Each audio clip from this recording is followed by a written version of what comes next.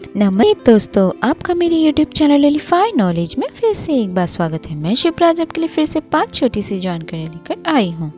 पहला, दोस्तों, क्या आपने ऐसे फंगस को देखा है जो दिखने में मरे हुए इंसान की उंगली की तरह दिखता है? अगर आप अचानक इसे देख लेंगे तो डर जाएंगे। यह यूके, आयरलैंड, मुख्य भूमि यूरोप और उत्तरी अमेरिका के कुछ हिस्सों में काफ़ी आम है। यह वसंत और ग्रीष्म लेकिन पूरे वर्ष पाया जा सकता है। वे स्टम्प से उगते हैं और चौड़े पेड़ों की दबी हुई डेडवुड, विशेष रूप से बीच में कठोर सूजे हुए मस्से वाली उंगलियों की तरह दिखने वाले समूह 3 से 8 सेंटीमीटर ऊंचे होते हैं। जब युवा होते हैं तो वे एक सफ़ेद सिर के साथ हल्के भूरे रंग के होते हैं। पीला आवरण उनके विकास के प्रारंभिक चरण में उत्पादित अलैंगिक बीजाणुओं का एक लेप है। अंदर काले बीजाणु असर वाली बाहरी परत के नीचे मांस सफेद और सख्त होता है ना दोस्तों, दिखने में एकदम अजीब। दूसरा, दोस्तों, क्या आपने बैंगनी आलू देखे हैं?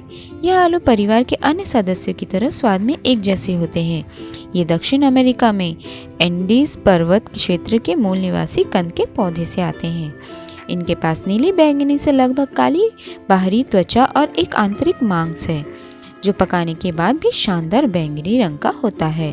कुछ सामान्य किस्मों में purple Peruvian, purple majesty, all blue Congo, Adirondack blue, purple fiesta और विटेलोटे शामिल है।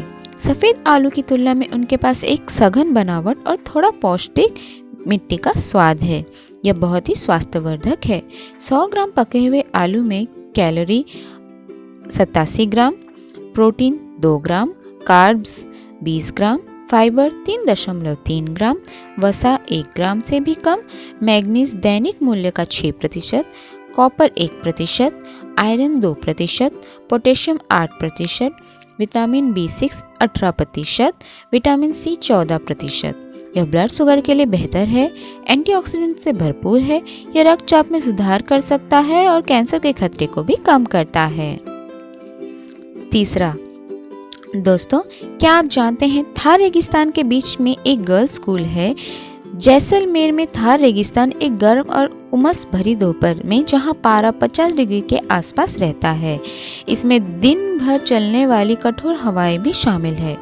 जैसलमेर के प्रसिद्ध सैम डेयून्स से थोड़ी दूर पर स्थित एक वास्तुशिल्प चमत्कार है जो कनोई गांव में शिक्षित करने के उद्देश्य से आया है, लड़कियां और उन्हें सशक्त बनाना।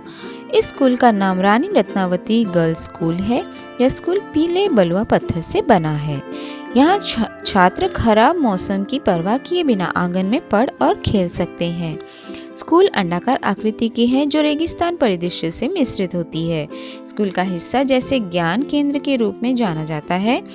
पूरी तरह से तैयार होने पर किंडरगार्टन से 10वीं कक्षा तक की 400 लड़कियों का समायोजित करेगा। परिसर में एक कपड़ा संग्रहालय और प्रदर्शन हॉल, साथ ही कारीगरों के लिए अपने शिल्प बचाने के लिए एक प्रदर्शनी स्थान होगा। एक अन्य भवन में स्कूली छात्राओं की माताओं को पारंपरिक कलाओं से जैसे बुनाई और वस्त्रों में प्रशिक्षित किया जाएगा ताकि मरते हुए हस्तशिल्प को संरक्षित किया जा सके। यहाँ लड़कियों को शिक्षा के साथ साथ मध्याह्न भोजन भी प्रदान किया जाएगा। चौथा, दोस्तों, कतार में 5 स्टार होटल है जो फ्लोटिंग तो करता है और साथ ही 360 डिग्री घूमकर अपनी बिजली भी स्वयं पैदा करता है। यह 5 सितारा होटल विशाल हाइड्रो जनरेटर है। वास्तव में कतार अकेले 2022 फीफा विश्व कप के लिए 16 ऐसे गेटवे बना रहा है, लेकिन अब हैरी अतक आर्किटेक्चरल डिजाइन स्टूडियो यानी कि HAADS की एक नई अवधारणा सभी सही कारणों से बाकियों से अलग दिखने की होड़ में है। फ्लोटिंग इको होटल, जिसे तुर्की के फर्म ने मार्च 2020 में डिजाइन करना शुरू किया था, न्यूनतम ऊर्जा हानि और शून्य अपशिष्ट के आदर्श वाक्यों को अपनाता है। फ्यूचरिस्टिक डिजाइन को एक विशाल हाइड्रो जनरेटर की तरह ही स्पिन और स्वच्छ ऊर्जा का उत्पादन करने की अनूठी क्षमता की विशेषता है।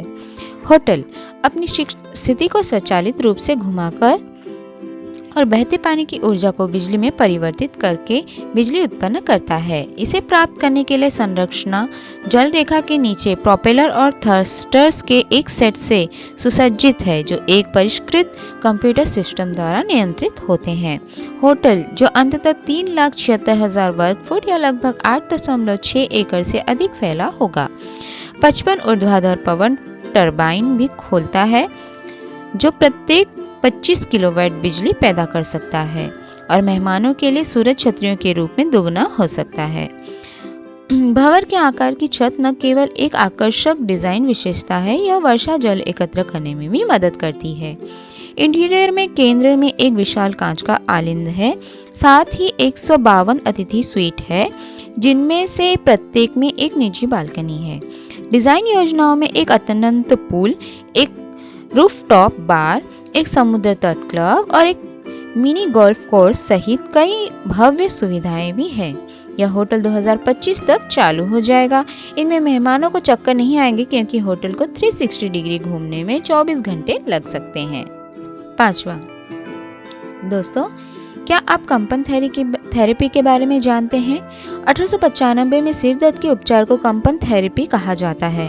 1800 के दशक में अंत में सिर दर्द से पीड़ित लोग अपने स्थानीय चिकित्सक या संभवतः लोहार एक हथौड़े के साथ बर्तन, इस नाजुक उपकरण को कंपन चिकित्सा के रूप में जाना जाता था।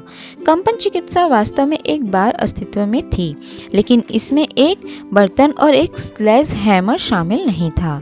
कंपन चिकित्सा वास्तव में बहुत अधिक कोमल थी। 1883 में, जिस समय यह फोटो माना जाता था, एक अंग्रेजी चिकित्सक जोसेफ मॉर्टिमर ग्रानविले ने अपनी पुस्तक में वाइब्रेशन थेरेपी का वर्णन किया था। ग्रानविले ने लिखा है कि इस उपचार में एक ब्रश शामिल था, जिसे खोपड़ी पर बहुत हल्के से लगाया गया था और नीचे से ऊपर की ओर और पहले से पीछे की ओर कुछ बार व्यवस्थित तरीके से ले जाया गया। इस उपचार को प्रदान करने के लिए ग्रानविले ने एक इलेक्ट्रोमैकेनिकल वाइब्रेटर विकसित भी किया था। तो दोस्तों, आज की दी हुई जानकारी आपको कैसी लगी, मुझे प्लीज़ कमेंट बॉक्स में ज़रूर बताइए और मेरे इस वीडियो को लाइक, शेयर और सब्सक्राइब करना ना भूलिए। Thank you.